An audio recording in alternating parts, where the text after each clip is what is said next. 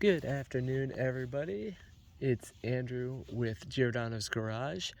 Welcome back. I am here again with this Ryobi Leaf Blower, and what I'm going to be doing today, I'm going to be changing out the ignition module in it. I'm not getting any spark with it when I put the spark tester on it, and I'm going to go pretty fast during the disassembly of this because I've done it a few times in a few other videos. Highlights for you obviously are you want to take off the cover where the air filter and the carburetor are. You want to unhook the spark plug up here, obviously take off that cover over there as well, and then you want to take off this side of the cover. Next step you're going to do is take off this locking nut. To do that, you are going to remove the spark plug from the top, and then you're going to put in the cylinder binder over here, and I have another video on how to do that. Just going to do it real quick for us here. I'm just going to do it real quick for us.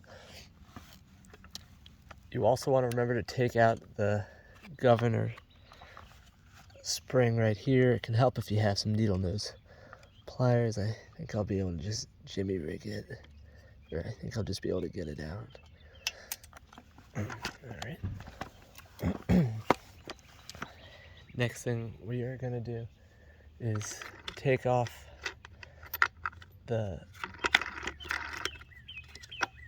fan over here with the locking nut, and you do that because you've bound up the cylinder.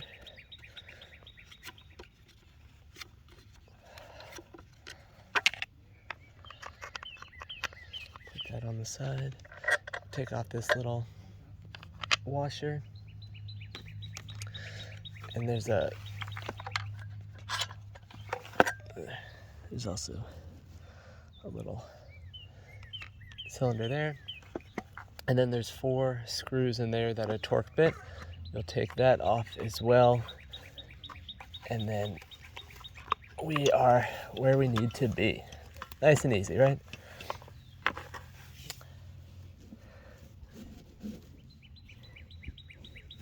That right there is our ignition module. This is going to be pretty easy to take off.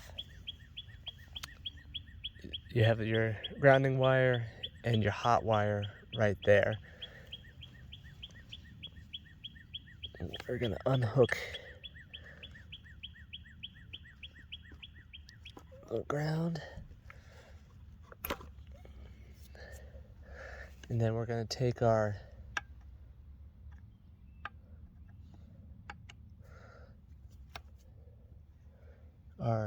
T20 and unhook our hot wire.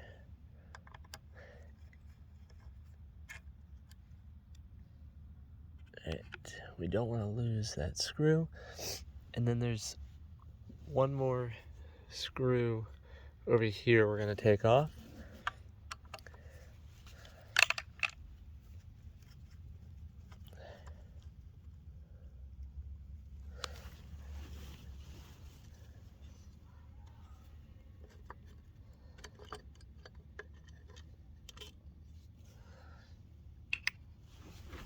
I'm gonna put those so I don't lose them.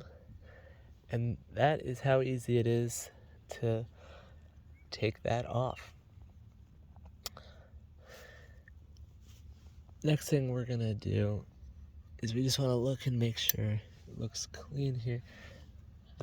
Sometimes on some machines these metal parts can get really dirty here, which is what's gonna prevent your spark. This one looks clean to me, so it's not a problem. Here on the flywheel, I'm just gonna take a little rag and just run it over there real quick. See if I can clean up any dirt that's elsewhere real quick.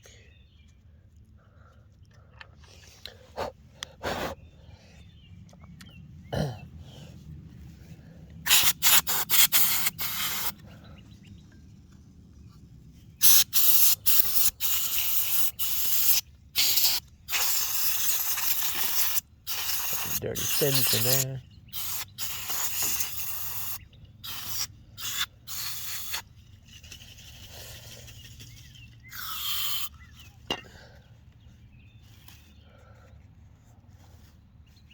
You just want to clean your machine as much as you can whenever you get in here. Any dirt is bad dirt.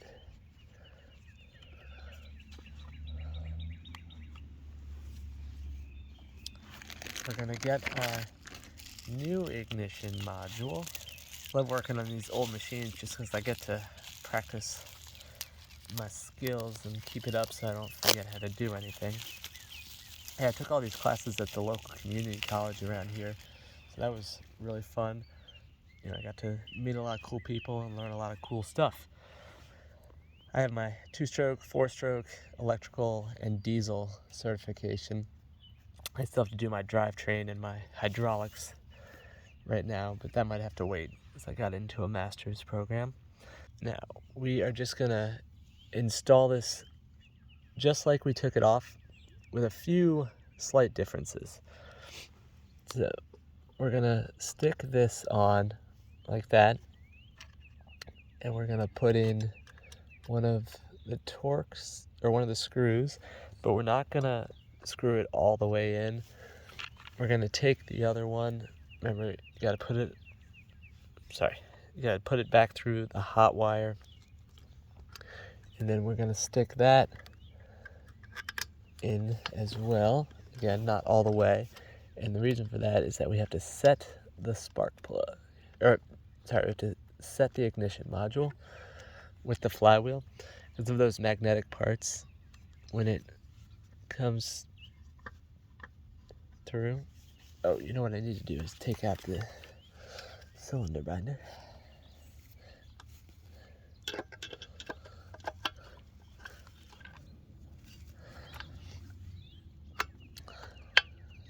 As you can see, it's magnetic there, so it's gonna stick.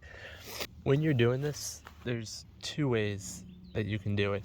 One is you can use a feeler gauge, but you want to use this gold one here because it's the one that's not magnetic. Because if you stick in a magnetic, let me show you. When you stick in a magnetic one, it's just gonna stick there, so it's not gonna, you're not gonna be able to actually see the thickness of it. And you want to go for a 0.01 thickness on your gauge. When you're doing that, you can stick it. You